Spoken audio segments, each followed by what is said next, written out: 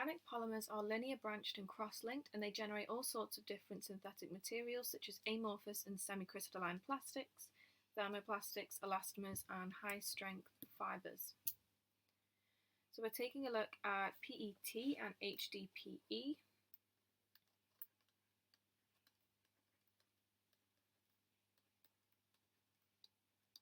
And these are two plastics that are currently being recycled the most successfully.